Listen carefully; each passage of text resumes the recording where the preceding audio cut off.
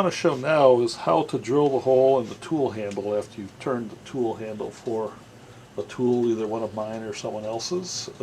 Here's a tool handle, it's completely turned, finished, sanded, ready for the next step, which in my process is to drill the hole to accept the tang of the tool body at this end, which is the head end. Here's the grip end. A couple points I want to feature here. You'll notice this blank has waste blocks on both ends. These little chunks here and here. They're just pieces of red oak. They have the center hole in there for the the drive end and the live center. One key aspect of this method is I'm going to drill the hole before I remove the waste blocks, because I know what the exact center is because it has the point from my dry center in it. Also, though it doesn't matter here that you turn this round, it does matter on this end that you keep this end trued off. So I have turned this while I was turning the rest of it, so that this is totally centered on the lathe too. That will make become important as we move to the next step. So let's take this off, and hopefully you'll be able to see this is the tail end. This is the end that I turned the waste block perfectly round.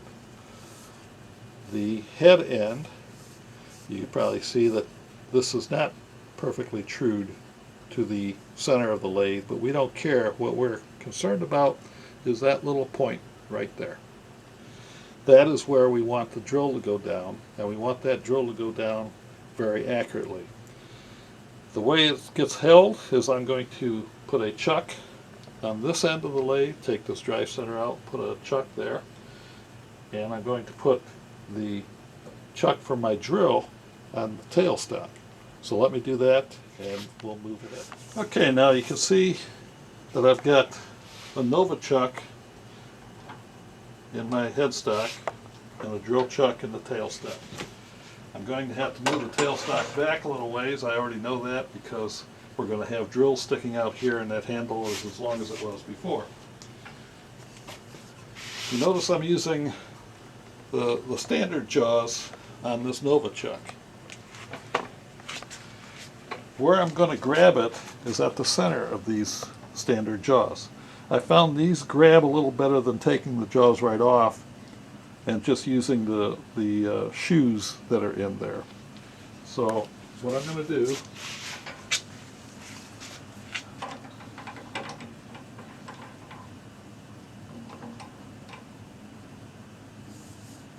I'm going to grab that and sort of eyeball it being properly positioned and clamp it fairly tightly.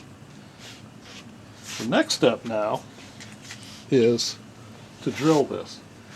But I found that if I just go ahead with a 7/16 drill first thing, there's a very good likelihood that it will wander a little off center. It's just something that I've never found a way around it until I come up with using a simple center drill. These are machinist drills, and you can see its design is that it has a point and then it comes up to a 7/16 body diameter. Now that's just convenient. It wouldn't matter if it came up a little less. The point is literally that this point will allow it to stay on center much better. So let's try that. So I'm going to put this in my chuck here, tighten it in, get it close. I'm going to back this off to where I know I have as much throw as possible in my tailstock screw. And I'm going to clamp this in. Now I can get this eyeballed a little bit better alignment and pull this drill point right into the point of the left by the drive center. If you remember, this used to be at the headstock, now it's back here. And you can see the drill point is engaged in that center hole. Now that we've done that, we can tighten up the Nova chuck and that should hold it fairly well in place. Always remember to remove the pin on your headstock if you've locked it for tightening the chuck. And since I have a variable speed lathe, I want this, somewhere around 800 RPM. I'm going to turn the motor on, let the controller fire up, and we're going to drill. Get over on this side now. One thing I want to point out is that to make sure it doesn't wander, it's best to let the lathe get up to speed and then fairly quickly advance the drill in until it gets to the full body diameter. Let me demonstrate that. I'm going to fire the lathe up. It's up to speed, and we're driving right in. Once I've done that now, you can see here that the drill has stayed on center, and one way I can demonstrate that is I'll turn the lathe back on again. Let me slow it down, and you can see how this part, which I did not round off, seems to be moving around quite a bit. The main body of the handle, though, is pretty well true. Now that I've done that, I'm ready for the next step to put the actual drill in place, and we're going to drill that hole in. Okay, now you see I've got my regular standard drill in place. I'm going to drill in 3 or 3¼ inches. The tang on the tool body is 3 inches long, so I want some clearance. The point to remember is you want that 3 inches from the end of your handle, not the end of your waste block.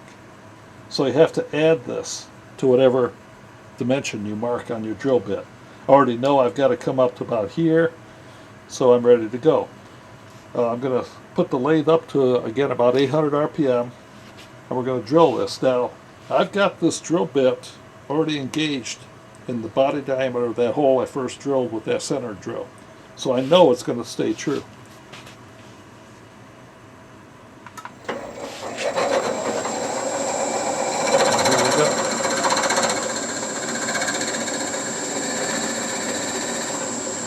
See, I'm already into the handle part, and it's going to stay true now.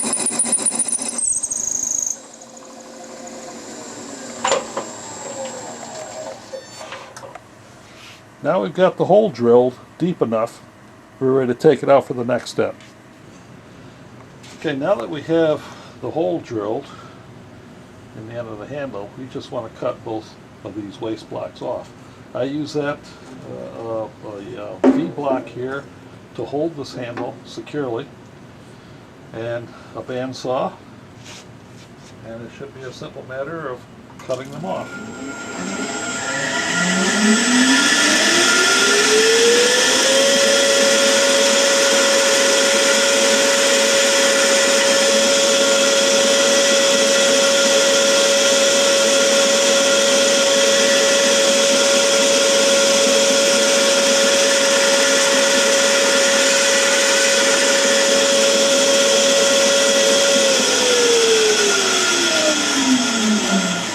Now I can just sand that smooth on both ends, put my finish on, and then I'm ready to put the tool together. That's all for this.